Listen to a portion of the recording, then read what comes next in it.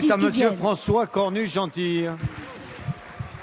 Merci, Monsieur le Président. Ma question s'adresse à Monsieur le Premier ministre. Chacun connaît la situation préoccupante du budget de la Défense, auquel il manque plus de 2 milliards d'euros pour 2015. Alors que le problème est identifié depuis plus d'un an, un flou très inquiétant perdure.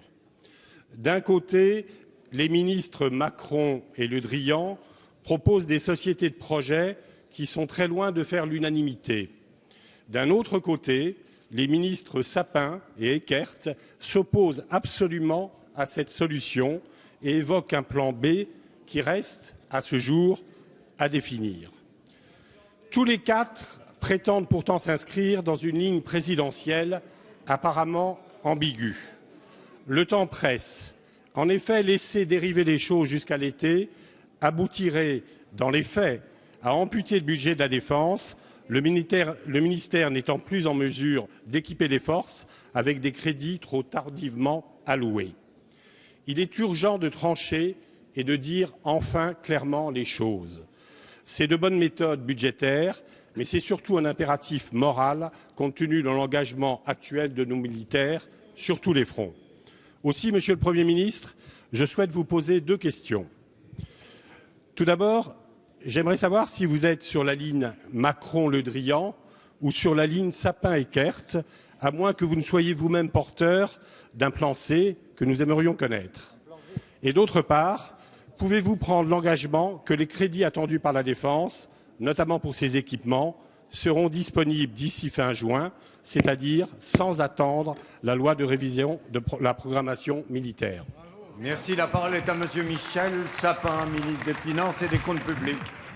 Merci, Monsieur le Président. Mesdames, Messieurs les députés, Monsieur le député, à cette question importante et parfaitement respectable, posée par un député qui connaît bien, ne réagissez pas comme ça lorsqu'on fait un compliment sincère, et par un député qui connaît bien le budget de la Défense et l'enjeu de la Défense, je voudrais répondre aussi avec beaucoup de clarté. La trajectoire de la loi de programmation militaire, elle a été respectée jusqu'à présent et elle le sera. Et vous le savez bien, c'est suffisamment rare dans l'histoire récente de la France pour pouvoir être souligné.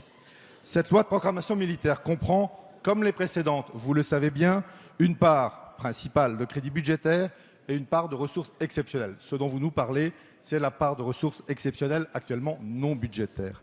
Aujourd'hui, un risque pèse, même s'il n'est pas certain, un risque pèse sur le calendrier de perception des ressources exceptionnelles et notamment sur celles prévues en 2015. Le président de la République a confirmé son engagement au respect de la loi de programmation militaire. Et donc le gouvernement, c'est son travail, réfléchit aux solutions qui permettront de compenser un décalage de ressources exceptionnelles si ce décalage s'avérait exact.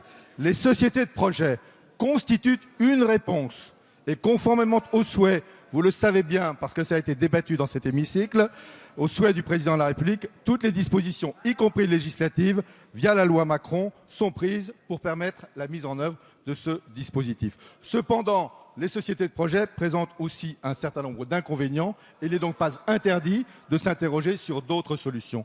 Je vais donc résumer clairement la position du gouvernement et de la seule ligne qui existe au gouvernement.